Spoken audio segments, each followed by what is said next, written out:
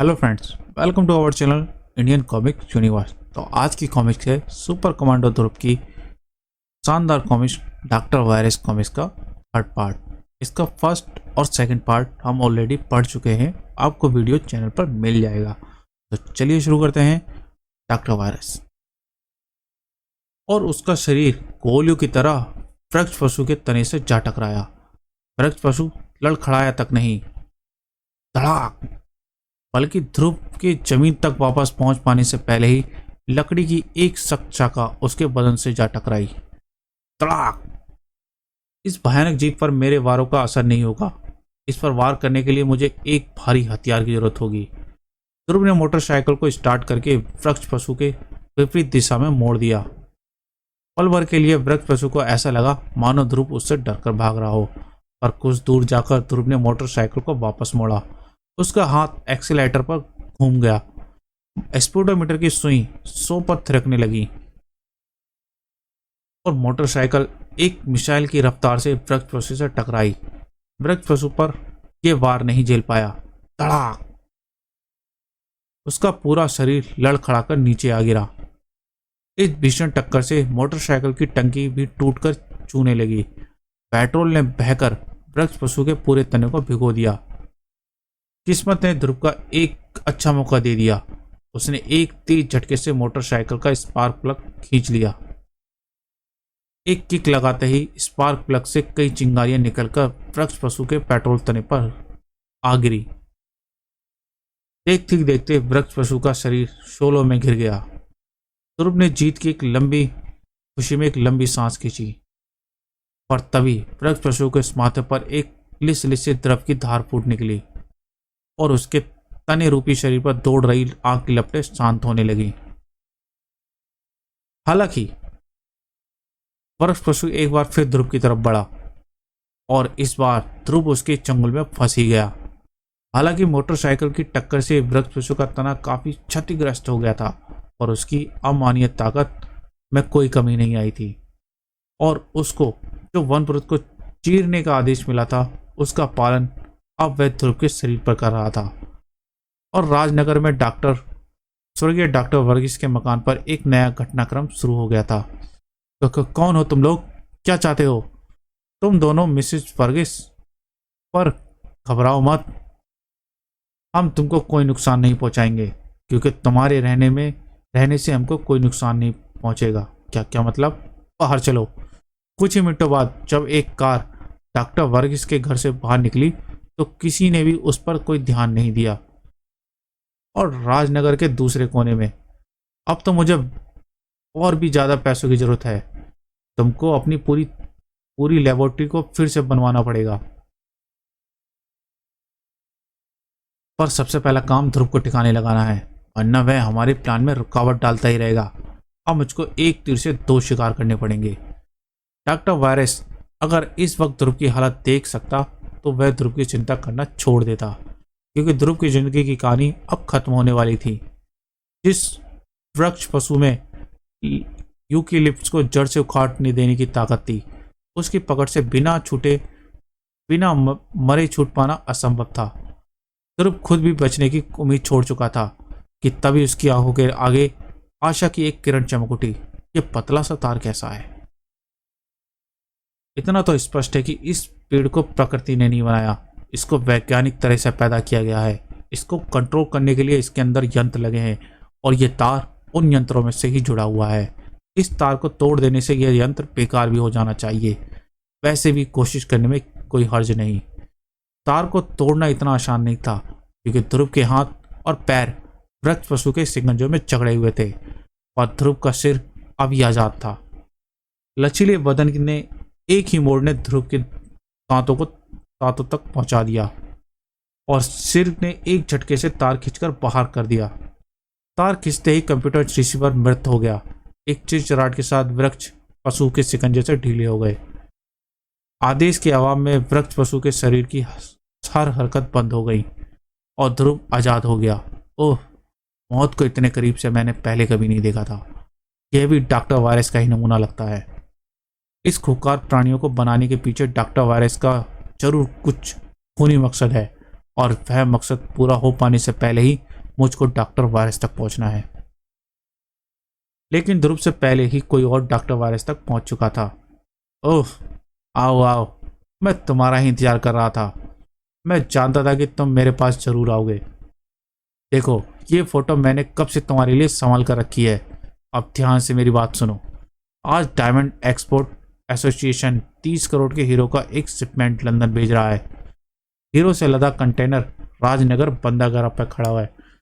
अब वे हीरे लंदन नहीं, डॉक्टर वायरस के पास पहुंचने चाहिए, और ये काम तुम करोगे। ध्रुव के लिए डॉक्टर वायरस तक पहुंचने के रास्ते खुलने से पहले ही बंद हो जा रहे थे। तो ये यंत्र उस चलते फिरते पेड़ के अंदर लगा था ध्रुव। यह दरअसल एक छोटा सा कंप्यूटर चिप है जिसमें दिए गए आदेश रिकॉर्ड हो जाते हैं, और अब वे रिकॉर्ड नष्ट हो गए हैं। इससे अब तुमको कोई मदद नहीं मिल सकती। तो मैं अब क्या करूं डॉक्टर वायरस तक पहुंचने का और कोई। ओह, मेरे पोर्टेबल फोन पर किसी का कॉल आ रहा है। Hello Dhruv here. लड़के, ध्यान से सुनो, मैं सिर्फ एक बार बोलूंगा। अब से ठीक आधे घंटे बाद राजनगर डक यार्ड पर डकैती डाली जाएगी। डकैती? डाक यार्ड की लैंड नंबर 5 में कंटेनर नंबर 13 में डाली जाएगी। अरे, तो यहाँ रहा है। पर तुम कौन हो? सुनो, पुलिस को खबर क्यों नहीं? ओह, फोन कट गया। क्या मुझे पुलिस को खबर करनी चाहिए? नहीं, हो सकता है कि ये खबर झूठी हो। फोन करने वाले ने अपना नाम तक नहीं बताया। और कुछ भी हो, मुझे तो वहां जाना ही पड़ेगा। अगर वहां पर सचमुच कोई गड़बड़ हुई तो पुलिस को मैं वहां से सूचित कर दूंगा। पर खबर एकदम सही थी। एक बार फिर नंबर चेक कर लो, मैंने विस्फोटक फिट कर दिया है। ठीक कंटेनर है यार, नंबर 13। डायमंड एक्सपोर्ट एसोसिएशन का माल इसी के अंदर रखा है। तू जल्दी से पीछे भाग कर जा। कुछ ही पलों बाद रिमोट कंट्रोल से एक धमाका हुआ और कंटेनर के लोहे के दरवाजे के टुकड़े हवा में बिखर गए। आओ, हीरो वाला डिब्बा उठाओ और यहां से रफू चक्कर हो लो। कुछ ही सेकंडों बाद 2 लुटेरे हीरो से भरा बॉक्स लेकर तेजी से कंटेनर से भाग निकले और कार की तरफ लपके। पर वे वहां तक नहीं पहुंच पाए। धड़ाक! अगले ही पल कार के अंदर से गोलियों की एक पोचा ध्रुव की तरफ लपकी, लेकिन झूलते हुए ध्रुव तक कोई भी गोली नहीं पहुंच पाई। बाकी दोनों बदमाश हीरो का डिब्बा लेकर भागे। उनकी ध्रुव से लड़ने की कोई इच्छा नहीं थी, और ध्रुव ने बंदूकधारियों को बेहोश की दुनिया में पहुंचा दिया। लेकिन ध्रुव का भी उनको भागने देने का कोई इरादा नहीं था। धड़ाक! अब की बार दोनों बदमाश दोबारा उठ नहीं सके। एक पूरी लड़ाई 1 मिनट भी नहीं चली। कोई भी बदमाश ये सोच नहीं सकता था कि ये 2 कोड़ी के गुंडे ध्रुव के सामने 2 मिनट भी ठहर पाएंगे, सिवाय डॉक्टर वायरस के। तुम्हारा फोन सुनकर ध्रुव डक यार्ड पर पहुंच गया होगा, और वहां पर वह अपनी मौत से मिलेगा। 30 करोड़ के हीरे और ध्रुव की मौत की खबर मेरे पास एक साथ ही पहुंचेगी। पर लड़ाई खत्म हो चुकी थी और ध्रुव जीत चुका था, या फिर एक लड़ाई अभी बाकी थी। हीरो का डिब्बा अब किसी के अमानवीय पैरों के नीचे दबा था। ध्रुव ने नजरें उठाई और उसने बर्फ मानव की दूसरी झलक देखी। ओह, अब मुझे यकीन हो गया कि इस डकैती के पीछे डॉक्टर वायरस का ही हाथ है, क्योंकि तुम्हारे जैसे नमूने को डॉक्टर वायरस के अलावा और कोई नहीं बना सकता। और तुमने कोडक पर हमला क्यों किया था? चाव में एक ठंडी और सर खनकती आवाज गूंजी। मैं तुमको मारना नहीं चाहता, मेरे रास्ते से हट जाओ। तुम जा सकते हो बर्फ मानव, लेकिन बगैर इस बक्से के। अगले ही पल ये स्पष्ट हो गया कि बर्फ मानव का इरादा पक्का है, लेकिन ध्रुव आने वाले खतरे को भांप चुका था। इसलिए पहला वार उसके शरीर को छू नहीं सका, और बर्फ मानव के शरीर को एक भीषण वार आ लगा। धड़ाक! परंतु ओह, इससे टकराते ही पल भर में मेरे जूते इतने ठंडे हो गए जिससे कई घंटे बर्फ में दबे रहे। यानी मुझे इस बात का खास ख्याल रखना पड़ेगा कि मैं इसकी पकड़ में ना आ पाऊं। और दूर से ही इस पर काबू पा सकूं। धड़ाक! बर्फ मानव लड़खड़ाकर गिरा और गिरे गिरे ही उसका हाथ उठा। उसकी उंगलियां सीधी हुईं और उसमें से धुंध की एक लहर निकलकर चैन से जा टकराई। देखते ही देखते चैन बर्फ में बदल गई और ध्रुव के हाथ ठंडे होकर अपने आप चैन से छूट गए। और अब की धार धुंध किरण निशाना ध्रुव के पैर थे। पल भर में ध्रुव के दोनों पैर बर्फीले शिकंजे में चढ़ गए। अब ध्रुव हिल भी नहीं सकता था और इस शिकंजे को तोड़ पाना उसकी ताकत से बाहर की बात थी। पर बर्फ मानव खुद ध्रुव की तरफ नहीं बढ़ा। उसने हवा में फूंक मारी और गीली समुद्री हवा में मौजूद पानी के कण जमकर आपस में जुड़ने लगे और बात की बात में पानी के कणों ने जुड़कर एक विशालकाय बर्फ के गोले का रूप धारण कर लिया।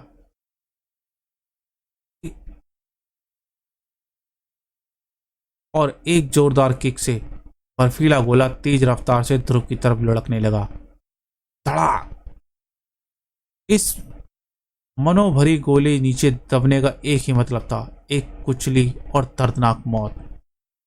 और ध्रुव इस मौत को अपनी तरफ बढ़ता देखने के अलावा कुछ और नहीं कर सकता था। पर तभी ध्रुव का शरीर अपने आप जमीन पर से ऊपर उठ गया और बर्फ का गोला दीवार से टकराकर टुकड़े टुकड़े हो गया। यह काम तो सिर्फ एक ही आदमी कर सकता है और वह आदमी है वनपुत्र। हाँ ध्रुव, मैं काफी देर से इन दुष्टों के पीछे लगा हुआ था। तुमको यहां पर देखकर मैं अब तक चुप था, पर अब मैं इसको सबक सिखा कर ही छोड़ूंगा। वनपुत्र के इशारों पर सिर्फ धरती के पेड़ पौधे ही नहीं बल्कि समुद्री पौधे भी समझते थे। वनपुत्र के एक आदेश पर सिवारों के एक झुंड ने अपना शिकना आकार बढ़ाकर बर्फ मानव को जकड़ लिया और धीरे धीरे उसकी गिरफ्त कसने लगे। पानी की ठंडक में रहने वाले समुद्री सिवारों पर बर्फ मानव की ठंडक का कोई खास असर नहीं हो पा रहा था, पर बर्फ मानव के पास अद्भुत शक्तियां थी। उसने अपने शरीर के तापमान को और नीचे गिरा दिया और उसके बर्फीले शरीर पर लिपटी सिवारों का रंग हरे से बदलकर भूरा हो गया। सारी सिवारें मृत होकर उसके बदन से नीचे आ गिरी। अच्छा, यानी इस प्राणी की शक्ति इसकी ठंडक है, इसलिए इस पर ऐसी चीजों का वार करना होगा जिस पर ठंड का असर ना होता हो, जैसे लकड़ी। वनपुत्र का इशारा हुआ और कई जड़ें मोटी कंक्रीटें तोड़ती हुई सतह पर आ गईं। बर्फ मानव को मोटी जड़ों ने अपने शिकंजे में ले लिया और बर्फीली शरीर को कड़ी और कठोर सतह पर पटकना शुरू कर दिया। बर्फ मानव के बदन से बर्फ के टुकड़े उड़ उड़कर हवा में तितरने लगे। चटाक! अब ये दुष्ट मेरी पकड़ से बचकर नहीं जा सकता। वनपुत्र अपने दुश्मन को कमजोर समझने की भयंकर भूल कर रहा था। बर्फ मानव ने अपने शरीर के तापमान को और भी कम कर दिया और बर्फ से ढके शरीर पर बर्फ की और भी परतें चढ़ने लगीं। उसका शरीर मोटा होने लगा, जड़ों के शिकंजे ढीले पड़ने लगे और आखिरकार जड़ों का शिकंजा खुल ही गया और बर्फ मानव आजाद हो गया। जड़ें एक बार फिर अपनी तरफ लपकी उसकी तरफ लपकी और उसी पल आश्चर्यजनक शक्ति दिखाते हुए उसने जड़ों को जड़ से उखाड़ दिया। बर्फ मानव ने वनपुत्र के दोनों हमलों को बेकार कर दिया। धड़ाक! और अब वह वनपुत्र को कोई भी मौका देने के मूड में नहीं था। धुंध लहर के टकराते ही वनपुत्र का शरीर बर्फ के गोले में कैद हो गया और वनपुत्र अपने सारे होशोहवास खो बैठा। बर्फ मानव अब हीरो वाले डिब्बे की तरफ लपका, पर इससे पहले कि उसका हाथ बॉक्स तक पहुंच पाता, बॉक्स हवा में उड़ गया। ध्रुव ने एक बार फिर लड़ाई की कमान अपने हाथ में ले ली। इस बर्फीले प्राणी की शक्तियां तो कमाल की हैं, और ये जिस तरह का भी प्राणी हो, जिंदा रहने के लिए तो सांस तो लेता ही होगा। पटाक! इसलिए मैं इस पर अस्त्र वही अस्त्र आजमाऊंगा जो मैंने किरगी पर आजमाया था, नर्व गैस का कैप्सूल। नर्व गैस का कैप ने बर्फ मानव को घेरा तो जरूर, लेकिन बर्फीले शरीर तक पहुंचने से पहले ही नर्व गैस चमकर तरल पदार्थ में बदल गई और नर्व गैस की बूंदें बर्फ में घुलकर मिल गईं।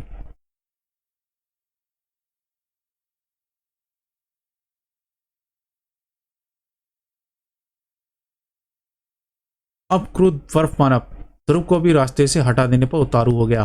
हालांकि ध्रुव इस बार सतर्क था, पर फिर भी धुंध की लहर उसके कंधे को छूती हुई निकली। और लग रहा है मैं एवरेस्ट पे खड़ा हूं। इस प्राणी को रोक पाना असंभव लग रहा है। क्या मुझे जिंदगी में पहली बार हार माननी? एक मिनट, एक उपाय तो सूझ रहा है। क्यों ना चलते चलते इसको भी आजमा लिया जाए। ध्रुव ने अपनी योजना को तुरंत शुरू कर दिया।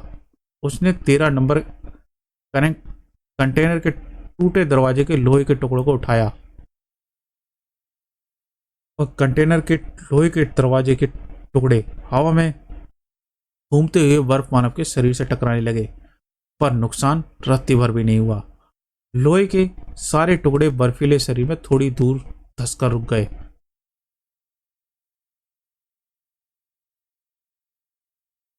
तो गाइस, ये था डॉक्टर वायरस कॉमिक्स का 3rd पार्ट। इसके 4th और लास्ट पार्ट में हम जरूर मिलेंगे, जल्द ही मिलेंगे।